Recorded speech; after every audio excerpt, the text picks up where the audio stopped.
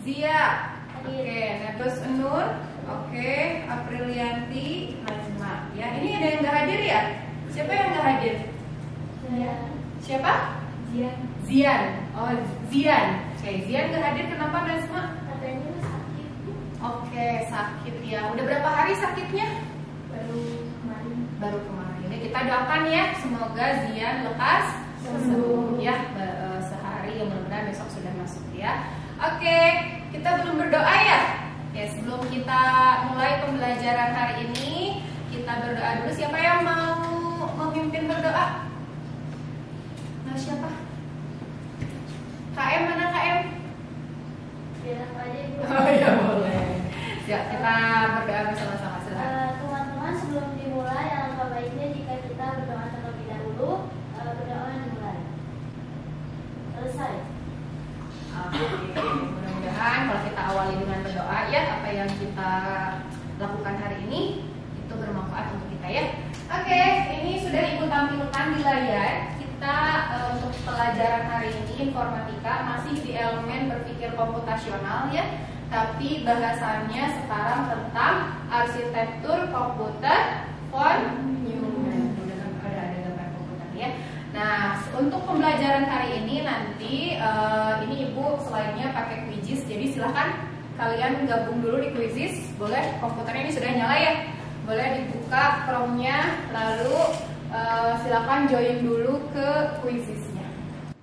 Oke, dan sudah jadi kodenya 547562.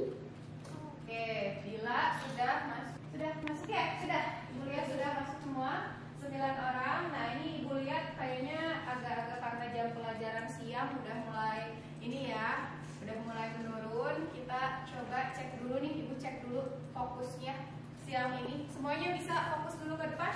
Oke, karena Ibu lihat semuanya udah join, nanti kita bisa tinggal play. Ice breaking-nya gampang. Kalau misalnya Ibu bilang selamat pagi, berarti kalian tepuk tangan 1 kali. Pernah ya? Oke. Selamat siang tepuk tangan 2 kali. Selamat sore tepuk tangan 3 kali. Kalau malam tidak tepuk tangan atau gini aja, gitu ya. Kalau malam itu gitu. Oke, siap? Siap. Semangat atuh. Ini terus. Semangat ya. Udah makan siang kan ya tadi ya? Oke. Selamat pagi. Pagi. Pagi. Siang. Siang. Sore. Sore. Malam. Siang. Malam. Iya, masih ada yang belum fokus nih. Oke, sekali lagi ya. Kalau malam, oke, tidak tepuk tangan. Sekali lagi, siang, malam, oke, pagi, malam, iya, sekali lagi ya. Masih ada yang belum fokus. Siang, sore, pagi, malam, iya, tepuk tangan dong. Sudah fokus semua berarti ya. Oke, karena ini semuanya sudah join Quizzes, kita akan mulai. Kalian bisa lihat layar masing-masing, bisa juga lihat layar Ibu di depan. Oke, ini ya. Jadi yang akan kita pelajari adalah arsitektur komputer von Neumann. Oke, coba di situ tampil ya. Di situ juga tampil, di Ibu juga tampil. Kalian bisa lihat bahwa tujuan pembelajaran kita pada hari ini yang pertama apa? Coba Najma bacakan yang pertama apa Najma? Siswa memahami konsep dasar arsitektur von Neumann. Betul, ya itu yang pertama. Jadi nanti kita akan secara bertahap mempelajari konsep dasarnya dulu. Apa sih sebetulnya arsitektur von Neumann? Oke, hari ini mudah-mudahan tercapai. Kita ada 3 tujuan pembelajaran. Kita pahami konsep dasarnya dulu, lalu nanti kita identifikasi ya komponennya apa saja, dan di akhir kita akan melakukan simulasi ya. Lanjut, Ibu akan bertanya dulu nih. Nah, barangkali ada yang lupa gitu ya. Apa sih yang kalian ketahui tentang komputer?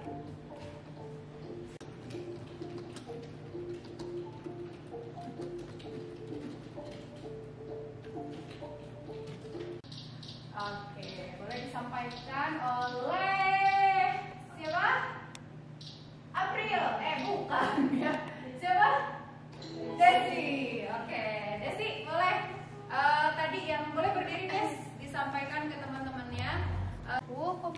suatu alat yang bisa digunakan seorang untuk mengolah data atau menyimpan data dan kebanyakan digunakan oleh kata kuncinya mengolah data. Ya, kenapa harus diolah datanya?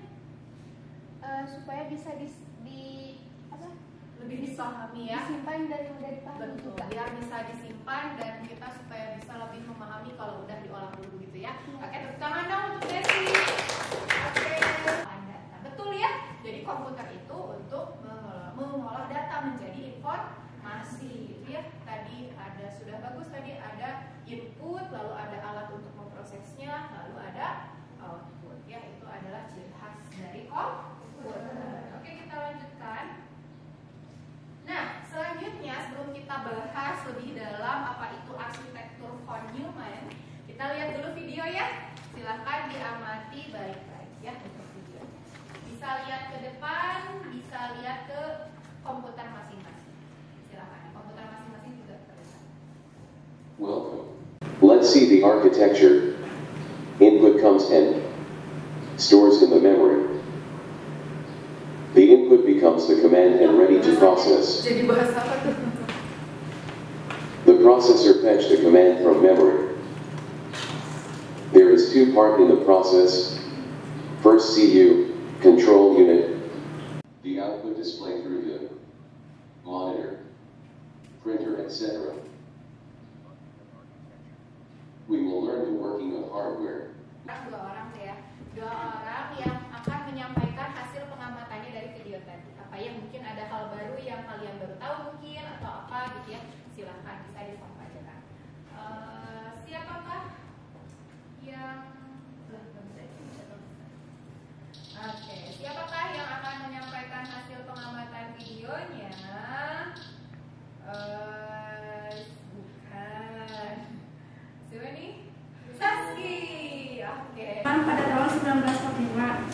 Terus komponennya ada input.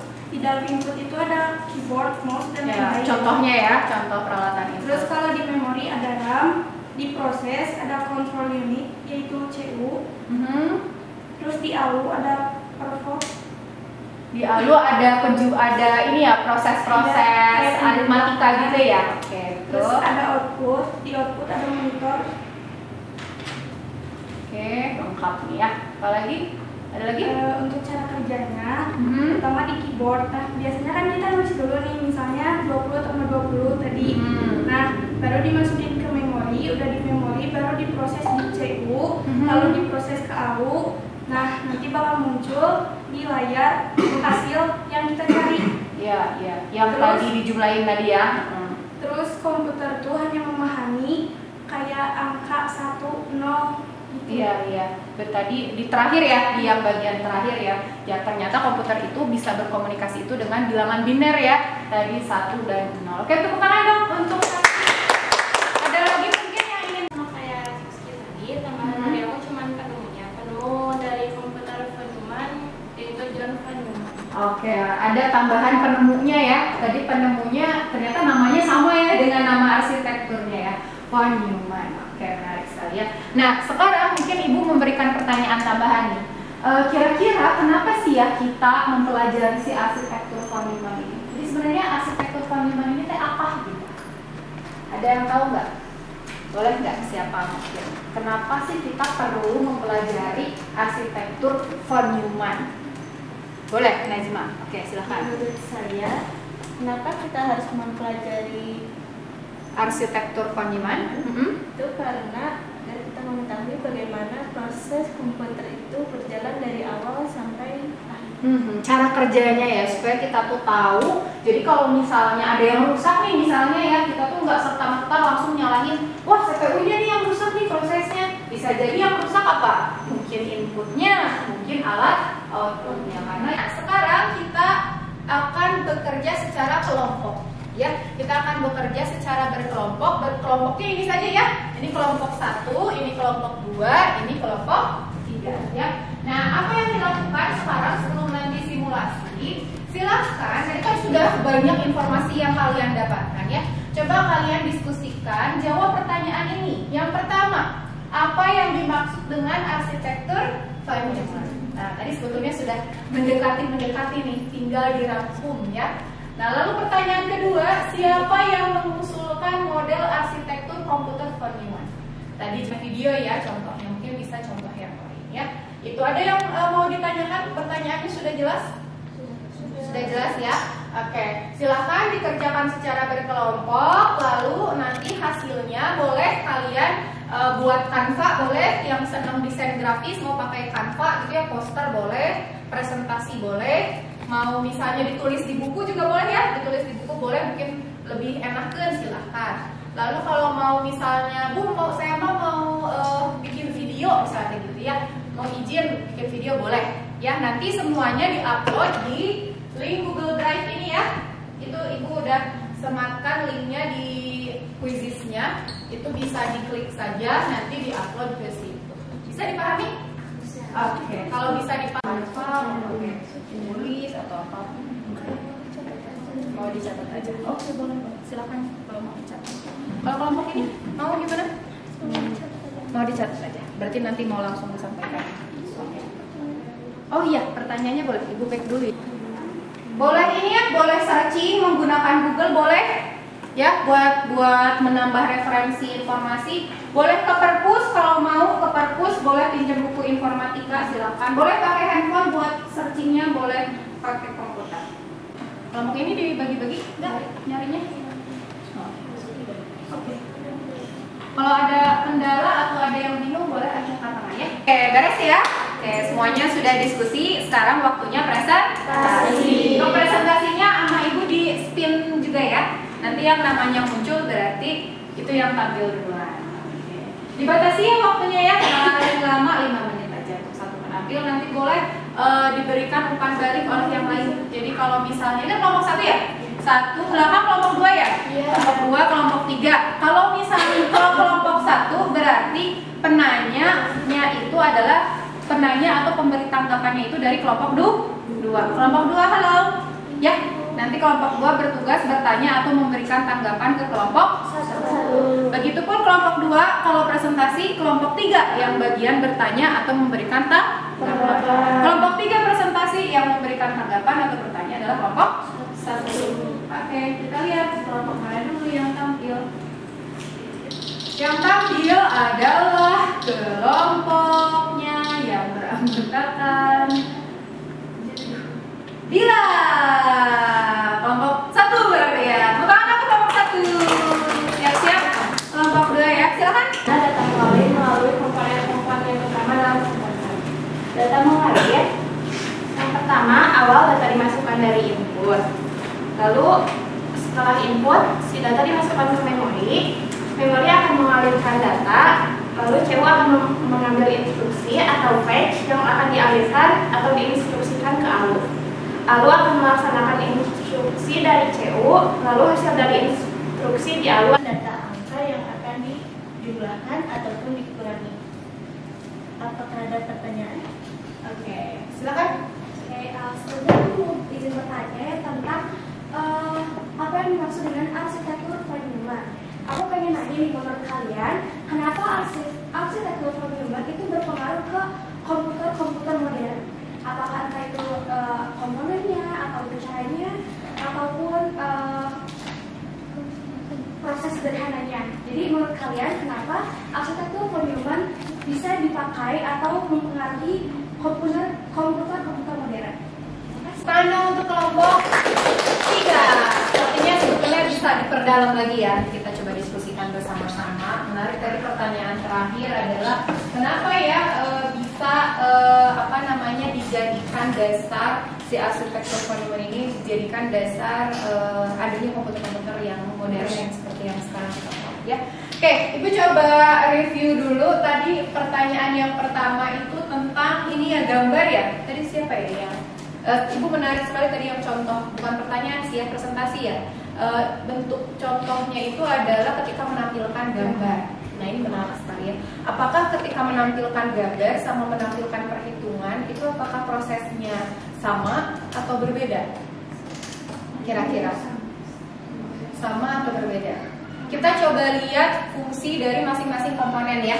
Tadi sudah ada dibahas ya. Kalau input berarti fungsinya apa input? memasukkan data. Oke, lalu ada CPU ya. CPU ada dua bagian. Oke, yang pertama adalah control unit, sorry ya, CU ya. Lalu yang kedua adalah arithmetical logical unit. Oke, tadi control unit fungsinya itu kalau di video di awal seperti siapa?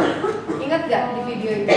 Seperti polisi lalu lintas ya. Jadi dia itu yang tadi betul ya, yang ada menjawab fungsi dari control unit itu adalah untuk mengontrol proses yang terjadi. Memori lokasi penyimpanan gambarnya. Nanti si memori ngirimin lagi ke CU supaya ditampilin di jadi gitu ya, bolak-balik ya supaya ditampilin di awal. Tapi kalau misalnya ada perhitungan, maka disitulah peran alurnya baru ada. Ya, bisa dipahami ya.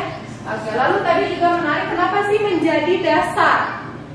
Ya seperti kita membuat ini aja ya, apa ya, mau buat perkedel misalnya gitu ya. Lah kan kita perlu tahu resepnya dulu ya. Membuat perkedel itu pertama apa dulu, kedua apa dulu gitu ya. Dan begitupun ini apalagi komputer gitu. Nah makanya perlu ada dasarnya, perlu ada arsitektur atau model. Nah alhamdulillahnya saat itu ada, tadi siapa pengusulnya? John Van Neumann ya, mungkin berdasarkan penelitian gitu ya, dia menciptakan bahwa nih kalau bikin komputer teh yang paling efektif itu dengan cara kerja seperti ini. Ada input, ada proses, ada output ya, seperti yang tadi sudah dijelaskan. Begitu kita akan melakukan simulasi. Kelompoknya masih tetap ya, simulasinya kita akan menggunakan aplikasi Scratch ya. Sebelumnya Ibu sudah ya memperkenalkan aplikasi Scratch untuk kita membuat program sederhana, dan kita sekarang akan coba untuk menyimulasikan input, proses, dan output. Ya, oke, silakan dibuka aplikasi Scratch-nya. Sesuai. Lalu kalian ikuti tutorialnya. Nanti seperti biasa presentasi. Ya. Jadi keduanya. Nah, karena apa? Karena variabelnya baru ada berapa ini? Baru ada 1, berarti harus membuat lagi 1 lagi. Tinggal klik apa tuh? Make a variable. Apa nama variabel keduanya? Dia karena variabelnya cuma ada 1. Input 2. Udah, pokoknya yang itu 1, itu udah ya, udah sip. Sekarang yang tahap selanjutnya kan udah di input. Tahap selanjutnya adalah itu kan baru ngeset inputannya isinya 0. Selanjutnya adalah biar kita bisa ganti angka variabelnya pakai yang fresh, yang Bukan ini. Ini. iya. Hapus saja itu. Iya, sip. Dia di set berapa detik Ibu lihat? 5. Dari setiap itunya 5. Oh iya, sok atuh coba. Oke, masukin berapa inputnya? Di sini berarti. Ini sudah lepas. Iya. Oh, tekan enter aja. Kita akan mulai presentasi saja. Nanti silakan diperhatikan, barangkali nanti bisa tahu gitu. Oh, ini salahnya di sini ya. Oke, yang akan presentasi sekarang adalah kelompok 1 ya, mensimulasikan arsitektur von Neumann menggunakan aplikasi Scratch. Nanti kelompok 2, kelompok 3 bisa memberikan tanggapan atau bertanya ya. Silakan kelompok 1. Terus kita cari di sensing, kita cari jawaban terus dimasukin ke sini. Terus yang kedua, ini bisa di copy aja teman-teman. Jadi nanti ketika di copy ininya bakal jadi 2. Nah kita tinggal ganti ininya sama ganti ininya. Variabel ya ininya teh ya. Terus kita bisa masukin loops buat tampilan nanti akhirnya. Kita masukin say atau katakan. Buat kata-katanya terserah teman-teman juga. Terus buat waktunya juga terserah teman-teman. Untuk perintah kita bisa masukin broadcast, ada di warna kuning. 17. Berarti 27 tambah 17 harusnya berapa?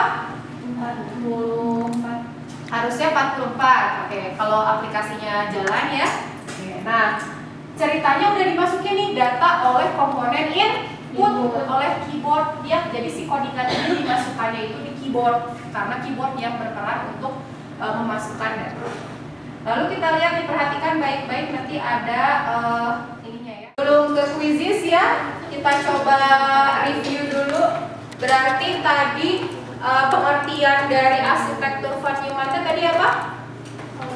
Salah satu komponen kuat.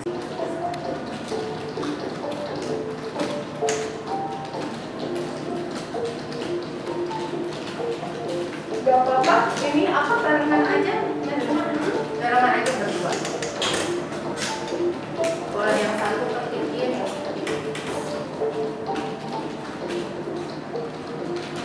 Belajar hari ini. Oke, selesai ya quizisnya ya. Tadi Ibu sudah lihat refleksinya, apa yang tersulit, apa yang kalian pahami. Alhamdulillah, yang tersulitnya silakan kalian perdalam kembali ya. Nanti kita bisa ngobrol-ngobrol lagi. Selanjutnya Ibu akan menyampaikan tugas ya. Sebelum berdoa, tugasnya adalah kalian membuat laporan penerapan proses input ini, input proses output ini di perangkat teknologi sehari-hari yang mungkin kalian sudah punya di rumah ya, handphone mungkin ya, atau mungkin perangkat teknologi yang lain. Bagaimana penerapannya si arsitektur Van Neumann ini ya, dibuat laporan ya, minggu depan dikumpulkan gitu ya. Sekarang kita akhiri dengan berdoa. Silakan dipimpin berdoa.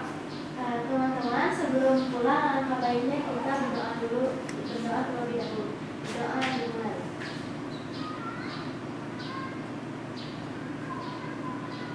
Doa selesai. Oke, terima kasih banyak untuk hari ini. Ibu tutup dengan ucapan hamdalah. Wassalamualaikum warahmatullahi wabarakatuh.